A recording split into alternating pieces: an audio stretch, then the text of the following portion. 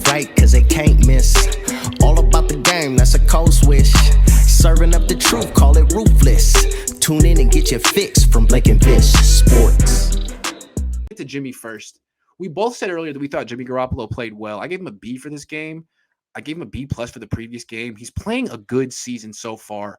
What have you seen? Yeah, I think he's playing well. So my assessment of this game is that I think all in one game, we saw exactly why the 49ers want to upgrade the quarterback position and why they traded up to 3 to draft the quarterback that they have.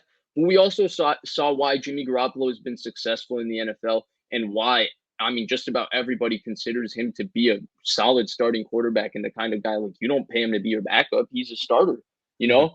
And I think we saw that all wrapped in a vacuum, right?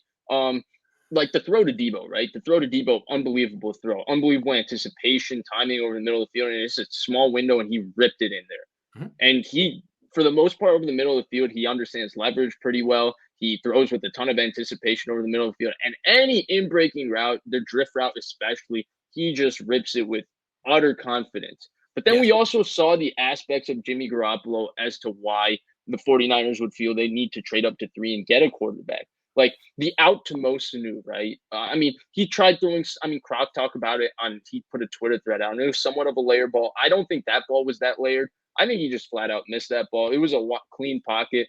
He got the snap. It's I think it was 3rd and 8. Sanu's wide open. You got to put that ball on him, and he just sailed that ball. The one to Sherfield, that one required a little bit of layering. But again, Garoppolo, that's the type of throw that the upper echelon quarterbacks make. When you have a holding penalty, you come back, he rips that throw, you're in 2nd and 3. That's the kind of throw he needs to be able to make. He wasn't able to make. Then the one that Josh Sweat blew by McGlinchey to Ayuk, he still had time to come off the fake, locate Ayuk, and rip that ball while taking a hit, and he did it. But we also saw then the other aspects of Garoppolo, right? We saw the worst throw was the one that Steven Nelson dropped. I mean, McGlinchey got the one to Debo, right. The one that Steven Nelson dropped. You really see why Kyle doesn't really. If Kyle's calling passes outside the numbers, either it's a deep shot to Debo or it's 5 yards outside. I mean, if it's on a line, it's a 5-yard throw. That was a pick six throw. It was a pick six throw. He threw a pick six. Steven Nelson, Debo made a great play to make sure Steven Nelson doesn't pick that. But the point is, I mean, we saw those things and we agree those are his weaknesses, but we also saw his strengths, right? He's tough. He's gritty. He moves well in the pocket. And I think that's something that we didn't see him do in 2020, but he moved well in the pocket in week 1. He once again moved well in the pocket in this game. He made a big time throw to Debo over the middle of the field. That was a great throw on that 2-minute drill. I think something that's been a good thing about Jimmy Garoppolo is we've talked about his air yards ad nauseum, but I think one of the biggest things and changes with him is a lot of his shorter throws wouldn't be checkdowns. He would not locate his checkdown and find his checkdown when plays were dead. And it was kind of weird because he threw the ball so short, but he's not actually checking the ball down. And that's where people would draw the distinction. I think this season so far, it's been just 2 games. He's done a really good job of being mature in the pocket. And okay, nothing's there. Let me get out and run and try to get 4 yards here. Let me just flip it out to Hasty and get 5 yards here. And he's been doing that to me really well. That's been good to see. And I just think overall he's played consistent. He's played clean. I don't attribute wins as a quarterback stat. We're going to talk about it. There were a few factors that aided them in winning this game that went beyond Jimmy Garoppolo. And I think those people should be credited again with the win, not just Garoppolo. But I think overall he's played good, solid football. But I think we do also see the aspects that leave you wanting with him. Yeah, no, I just want to be real positive with Jimmy today. I mean, what I want to say about Jimmy is we come on the show and we talk about his limitations all the time. And he's limited. But you know what? So am I.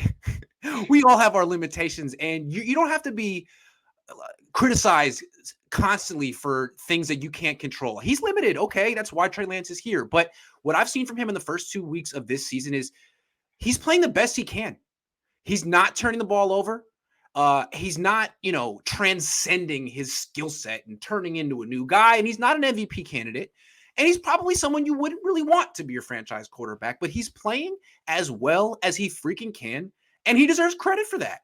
I mean, it's not like the offensive game plans have been so great. He's got one guy on offense balling out right now. There are injuries. And I think he deserves credit for going out there and doing as well as he possibly can. You know what he's doing? We've complained about him not playing clean, veteran, mature He football. is. He's Well, so playing far. mature, clean So far. football, and Yep. it looks good. And I think it's positive. And I mean, we're the quote unquote Jimmy haters. I feel like you are more so than me, but True. I think that it's positive in that sense. And what I did want to say is, I feel like a lot of people always are wondering, why do you harp on his weaknesses? Why do you harp on his weaknesses? And I didn't understand that until I actually had to come on a platform and start talking.